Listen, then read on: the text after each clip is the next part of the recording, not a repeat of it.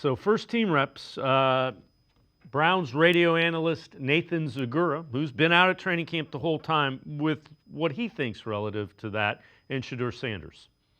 That, it's tough to get 4 guys first team reps, so I understand why it probably hasn't happened yet, but I do think he has earned the opportunity because he throws an incredibly good ball, a very catchable ball, and he's just so accurate. His ball placement is excellent. They had us play at the end of practice the other day. He had a great rollout and a throw there kind of in that live period at the end of practice, which was, I should have been the first question, quite frankly, Ken.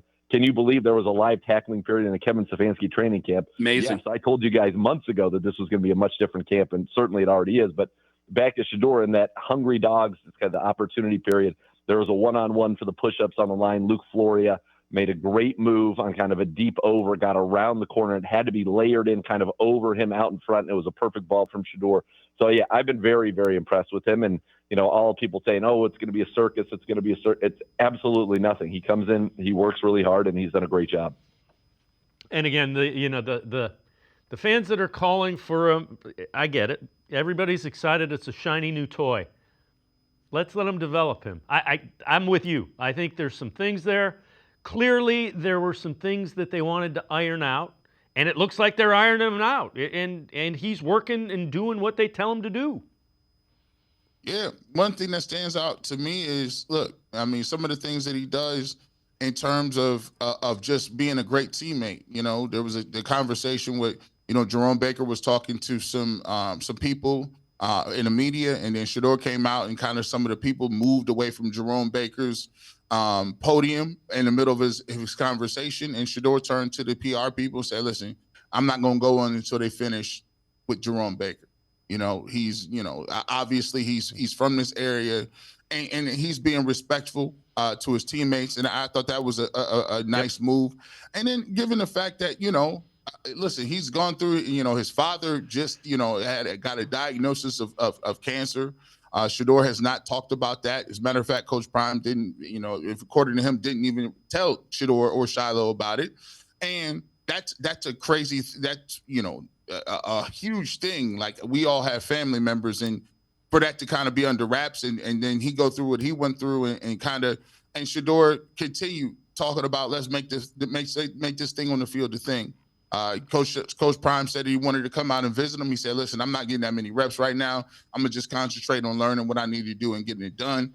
And then, with this, I tweeted this out the other day, he's out there 40 minutes before practice, 40 minutes after practice. And for the most part, Tommy Rees and all of his coaches, everybody involved, saying, listen, hey, he's been a good person, a model individual in the locker room. He's very infectious. He's in the community. And then put on top of that, the fact that he can throw the ball, and he has been accurate, and he has had some nice splash plays in camp. So, the thing is, and I always try to tell people this, and this is very important to get.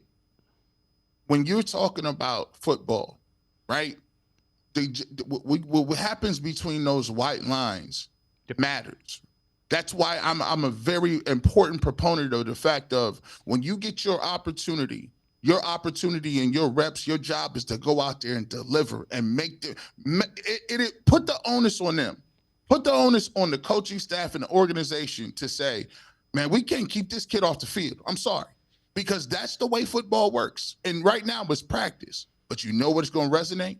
The preseason games is coming. You know what's going to resonate? Is when you do the scrimmages against the Panthers and the Eagles. All those things are going to resonate.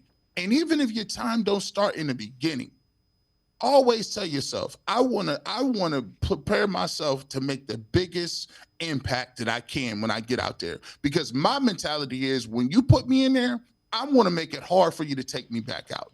And so all of those things is a building block in steps. And I get it. He has a lot of buzz. I'm excited about him as a prospect. There's a lot of people that follow his life and his career that like him as a prospect and as a person. But it's all in the right timing. Timing is everything in life. And sometimes you could be at a point in time in your life right now where you don't see it being beneficial to you.